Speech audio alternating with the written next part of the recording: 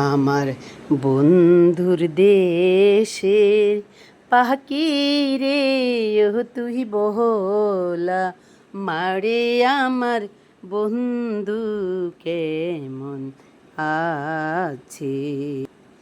আমার বন্ধুর দেশের পাখি রে ও তুই বল আমারে আমার বন্ধু কেমন আছে।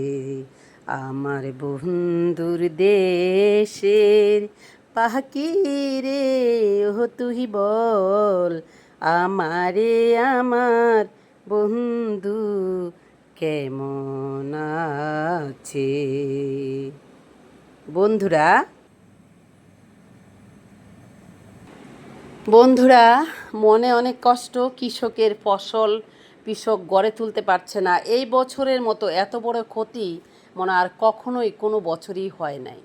যাদের ধান ডুবে গিয়েছে, যারা পানির নিচে থেকে ধান তুলেছে, সে ধানগুলো তারা শুকাতে পর্যন্ত পারছে না বৃষ্টির জন্য। যেখানে টাল দিয়ে রেখেছে সেখানেই ধানের মধ্যে গ্যারা জ্বালিয়ে গেছে, সেখানে ধানের মধ্যে ধানের চারা জ্বালিয়ে গেছে। সেই ধানগুলোও তারা এক মুঠো চাল বের করে খাওয়ার মতো তাদের অবস্থা নেই।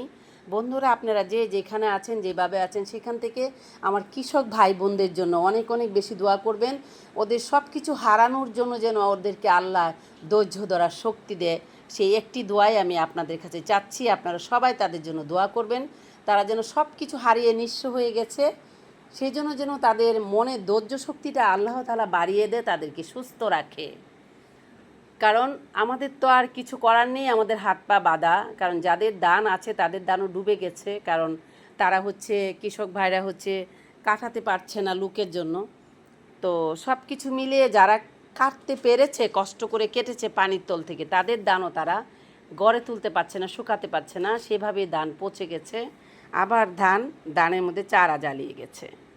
সব কিছু ডুবে ধ্বংস হয়ে গেছে। প্রত্যেকটা মানুষ মনের দিক থেকে এত কষ্টে আছে, হাহাজারি করছে। কেউ দানা করে গৃহস্থী করেছে, ঋণ করেছে, সেগুলো কি করে শোধ করবে, কি করে বাচ্চা কাচ্চাদেরকে নিয়ে চলবে।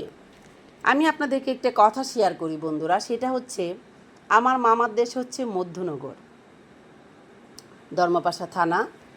এখন হয়তো আগে মধ্যনগর থানা ছিল, এখন হয়তো ধর্মপাশা হয়েছে। অনেক দিন আমি আমার মামার বাড়িতে যাইনি, কারণ আমার মামার বাড়িতে 6 মাস পানি, 6 মাস শুকনা থাকে। প্রত্যেক বৈশাখ মাসের শেষের দিকেই পানি চলে আসে, জাঙাল ভেঙে যায়। কারো ধান দেরিতে পাকলে সে ধান নিতে পারে না, পানির নিচে ডুবে যায়। আমার নিজের মামার 1200 কাঠা জমি আছে। আমার মামার অর্ধেক জমি পানির নিচে চলে যেত, সেই ধান কাটতেই পারতো না। সেই ধান চারপাশের মানুষ 3 মাস 4 মাস পর যখন বুক পানি, কোমর পানি, গলা পানি আওয়ারের মধ্যে হতো, তারপর মানুষ ডুবায় সেখান থেকে ধান তুলতো। সেখান থেকে রশি দিয়ে টেনে টেনে সেখানে জাল দিয়ে, তারপরে একটা বাঁশ দিয়ে উঁশ তৈরি করতো, সেগুলা দিয়ে পা দিয়ে এরকম কাঁচায় কাঁচায়া সেই ধান সেই মাছ মারা ইয়ার মধ্যে, উঁচের মধ্যে উঠায় তারপর সেটা বাড়িতে নিয়ে আসতো।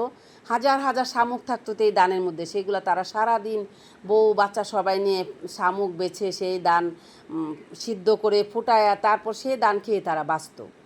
তো এখন দেখেন যে অবস্থাটা হচ্ছে। আবারও আমি শুনেছি আমার মামাতো ভাইদের ধান ডুবে যাচ্ছে, কাটাতে পারছে না, অনেক ধান ডুবে গেছে, সেরকম অবস্থা। আমার ছোটো কালামণির সাথে আমার ফোনে কথা হয়েছে যে অনেক ধান আমার মামাদের ডুবে গেছে, মানে বন্দর বন্দর আওয়ারের আওয়ার ডুবে গেছে, এরকম অবস্থা। তারপর সুনামগঞ্জে তো আপনারা দেখতেই পাচ্ছেন কী অবস্থা হচ্ছে, কিশোরগঞ্জের দিকেও দেখতে পাচ্ছেন।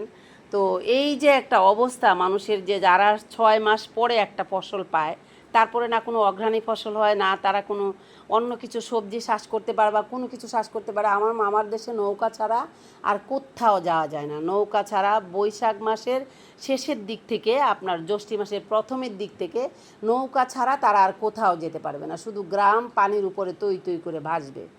তো সেরকম করে যাদের এলাকা, যাদের দেশ পড়েছে, তাদের কি অবস্থানটা একবার চিন্তা করেছেন? তারা বছরে একটা ফসল পায়, সেই ফসলটা শুধুমাত্র ধানটা কেটে তারা ঘরে তুলে নিয়ে বর্ষা 6টা মাস তারা খায়। তারপরে আবার কার্তিক মাস থেকে পানি আস্তে আস্তে শুকাতে চাইলে আবার তারা ধান চাষ করার জন্য চেষ্টা করে। সেই খরচটাও কিন্তু তারা এই বৈশাখ মাসে যে ধানটা ঘরে তুলে সেটা দিয়ে চলে। তাদের বউ বাচ্চা কাঁচা কাপড় চোপড়, মা বাবা, বছরের একটা খরচ, কত কিছু থাকে, বাড়ি বাঁধতে হয়, কারণ পানিতে বাড়ি ভেঙে নেওয়া যায়, সেখানে অনেক বাস খরচ হয়, অনেক কিছু খরচ হয়, শুধু টাকার দরকার, সেটা সব কিছু তারা নির্ভরশীল হচ্ছে শুধুমাত্র দানের উপরে। সেই দানটাই যদি বন্যায় নিয়ে যায়, তাহলে সেই মানুষগুলো কোথায় এসে দাঁড়িয়েছে একবার আপনারা চিন্তা করতে পেরেছেন? আমি আমার জায়গা থেকে বুঝতে পারছি। আমি শিশুকাল আমার মামার গ্রামের বাড়িতে কাটিয়েছি, আমি জানি সেই জায়গার পরিস্থিতিটা কি হয়। তো আর আপনারা তো দেখতেই পাচ্ছেন সুনামগঞ্জের অবস্থা, আপনারা দেখতে পাচ্ছেন কিশোরগঞ্জের অবস্থা, ঠিক এরকম করেই সব কিছু মানুষের শেষ হয়ে গেছে। তো আপনাদের কাছে আমার একটাই চাওয়া, কৃষক ভাই বোনদের জন্য দোয়া করবেন, তাদেরকে যেন আল্লাহ ধৈর্য ধরার শক্তিটুকু দেয়, আল্লাহ তাদের রিজকের ব্যবস্থা করে দেয়। জানি না কিভাবে হবে, তো সব কিছুর মালিক হচ্ছে আল্লাহ, আল্লাহ চাইলে সব হবে, আল্লাহ না চাইলে কিছুই হবে না। আমরা যখন সব কিছু হারিয়ে নিঃস্ব হয়ে যাই, তখন আমাদের একটা মাত্র জায়গায় আছে চাওয়া, সেটা হচ্ছে আমার মহান আল্লাহ। তো আল্লাহ তাআলার উপর ভরসা করি আর আপনাদের কাছে দোয়া চাই কৃষক ভাইদের জন্য। তো বন্ধুরা, আপনারা যে যেখানে রয়েছেন, দেশে এবং দেশের বাইরে, প্রবাসে আমার কলিজার ভাই ও বোনেরা, যারা আমার পেজ থেকে ভিডিওটা দেখবেন, দয়া করে আমার পেজটাকে ফলো করে দিবেন, বেশি বেশি করে ভিডিওটা শেয়ার করে দিবেন, যেন সব ভাই বোনদের কাছে পৌঁছে যায়। আর যারা আমার চ্যানেল থেকে ভিডিওটা দেখবেন, দয়া করে চ্যানেলটা সাবস্ক্রাইব করে দিবেন, আমাকে অনেক অনেক বেশি সাপোর্ট করবেন। যারা আমার চ্যানেল সাবস্ক্রাইব করে দিয়েছেন, তাদেরকে অনেক অনেক ধন্যবাদ এবং ভালোবাসা। প্রিয় বন্ধুরা, সবাই সবার জায়গা থেকে ভালো থাকার চেষ্টা করবেন, টেনশন থেকে দূরে থাকবেন, নিজেকে সুস্থ রাখার চেষ্টা করবেন। আর এই পৃথিবীর সবচেয়ে বড় একজন মানুষের জন্য তার প্লাস পয়েন্ট অথবা সবচেয়ে বেশি মূল্যায়ন যেটাকে করার দরকার, সেটা হচ্ছে আপনার সুস্থ থাকা। আপনি যদি সুস্থ না থাকেন, পৃথিবীর সব কিছু মিথ্যে হয়ে যাবে। তাহলে আপনার নিজের দিকে খেয়াল রাখুন, নিজেকে সুস্থ রাখার চেষ্টা করুন, মহান আল্লাহ তাআলার কাছে শুকরিয়া আদায় করুন। সবাই সবার জায়গা থেকে ভালো থাকুন। আর বিশেষ করে আপনার গর্ভধারণী মায়ের প্রতি অনেক অনেক বেশি খেয়াল রাখুন। যাদের বাবা মায়ের পৃথিবী ছেড়ে চলে গেছে, তাদের জন্য বেশি বেশি করে দোয়া খায়রাত পড়ান।